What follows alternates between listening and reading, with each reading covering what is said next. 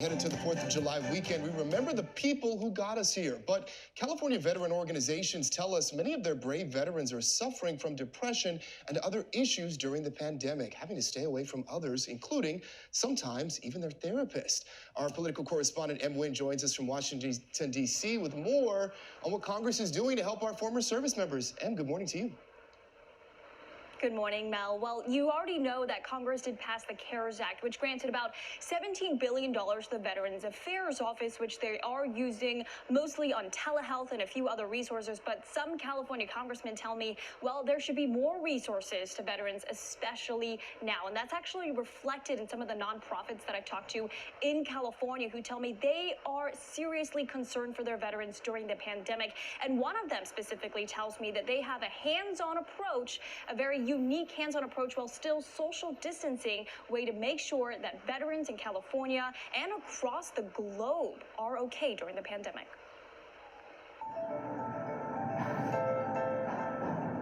This manufacturing facility produces vital products for the San Diego nonprofit Help Heal Vets. CEO Joe McClain, a 30-year Navy veteran, is going over inventory so the organization can effectively put together its special craft kits, a gift of materials meant to help heal vets. This really is a really piece of small magic we make here in California, designed from the ground up to help vets and active duty military with a wide variety of challenges. These kits consist of products that can help vets with a number of projects, from woodwork to blankets to art, all meant to be therapeutic. McClain assembles an average of 30,000 kits a month, but now, amid the pandemic, the demand has tripled for the VA vets. To me, it speaks to the need and the desire of folks reaching out for something to help them deal with the situation they're into right now.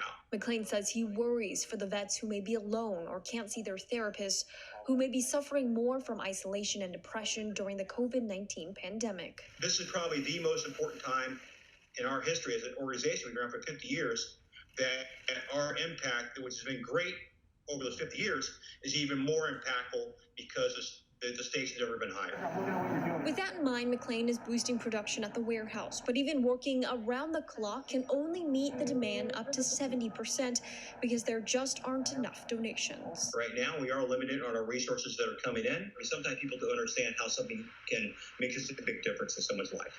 And I got a thank you letter from a veteran in my first few days here that said, "Thanks for what you do in the kit."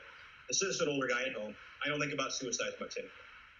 And it just goes to show that something so small can make such a big difference. McClain says the pandemic is taking a toll on veterans, especially those who suffer from PTSD, homelessness, or the lack of emotional support. Now, some California lawmakers are trying to address these issues in Congress. San Diego Representative Scott Peters introduced a resolution to support the education and awareness for PTSD. Fullerton Democrat and former vet Gil Cisneros introduced a bill to update clinical practices at the VA. And California Senator Dianne Feinstein and Los Angeles Representative Ted Lieu introduced similar bills to expand VA funding and flexibility to help vets with food, clothes, and transportation. I think that's great. I think bringing awareness to these issues are important.